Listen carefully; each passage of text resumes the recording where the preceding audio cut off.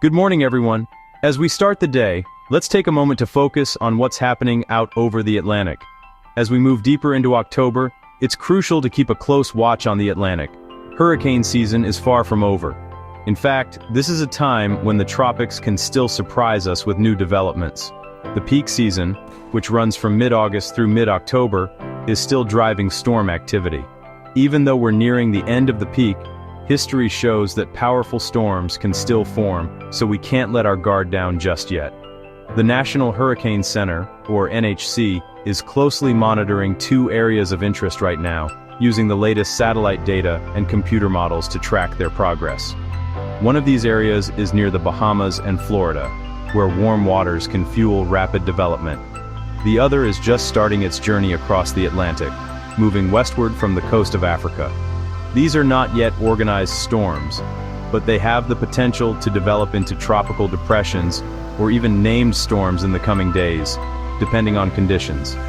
That's why staying aware and prepared is key for everyone along the coast, from the Carolinas down to South Florida and even the Gulf states.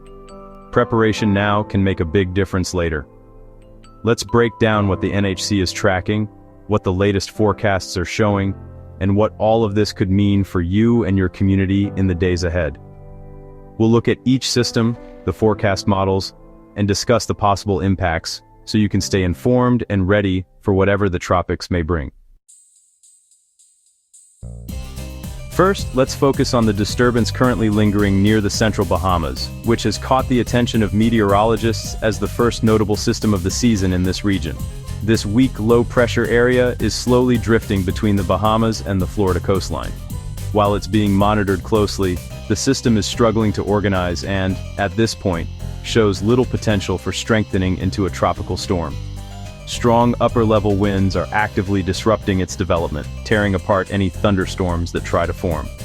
Because of these unfavorable conditions, the National Hurricane Center gives it only a 10% chance of developing into a named storm over the next week, which is quite low for this time of year.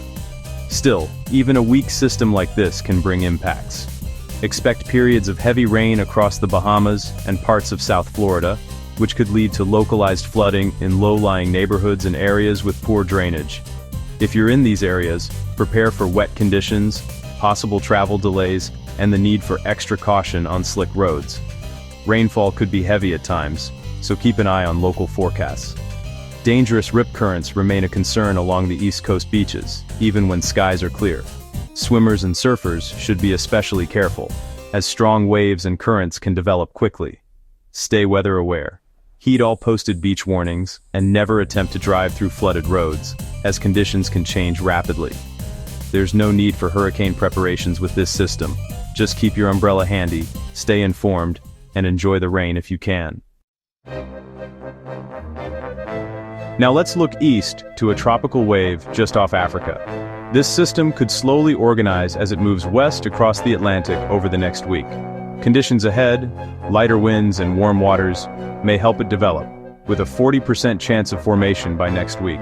For now, there's no immediate threat to land, but it's a reminder that hurricane season is still active. Meteorologists will monitor its progress and update forecasts as it evolves. No cause for alarm yet, but it's one to watch. We'll keep you posted on any changes that could affect the Caribbean or US coast. Stay tuned for updates as this system makes its journey.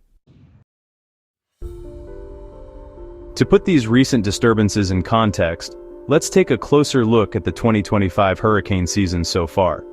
This year has been full of activity and surprises, keeping meteorologists and coastal communities on alert.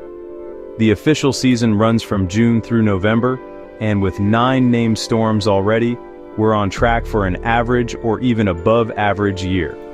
Each storm has brought its own challenges, and the question mark next to Jerry reminds us that the season is still unfolding, with more possible storms on the horizon. Most storms, like Humberto and Imelda, have remained far out at sea, sparing the U.S. from direct hurricane landfall so far. Their paths have been closely monitored, but thankfully, they didn't threaten major population centers. Only Tropical Storm Chantal made U.S. landfall, but it was enough to cause major flooding in North Carolina. Streets and neighborhoods were inundated, and many families faced days of cleanup and recovery. We've also witnessed some close calls and rare phenomena, like the Fujiwara effect, where two storms interacted and altered each other's paths. This unusual event fascinated weather experts and highlighted the unpredictable nature of hurricane season. Even without direct landfalls, these storms have brought dangerous rip currents, high surf, and coastal flooding. Beaches have been closed, and residents have been urged to stay alert for changing conditions. The season's not over yet. New systems can still form at any time and threaten land. Meteorologists are watching the tropics closely for signs of new development. History shows that October and November storms can be just as dangerous as those earlier in the season. Late-season hurricanes have surprised us before, so it's important not to let our guard down. Staying prepared and informed remains essential for everyone in hurricane-prone areas. Having a plan and supplies ready can make all the difference when a storm approaches. As the season continues to unfold, let's keep learning from each storm and working together to stay safe and resilient. The main message from hurricane experts: don't let your guard down. Conditions remain favorable for storms well into November, so readiness is key for anyone in hurricane-prone areas. Review your safety plan, check your supplies, and know your evacuation route. Rely on official sources like the NHC and local meteorologists for accurate updates. A weather radio is a smart backup if power goes out. Check on neighbors who may need help preparing. These disturbances are a reminder to stay alert and prepared. We'll keep monitoring the tropics and bring you the latest. Stay safe.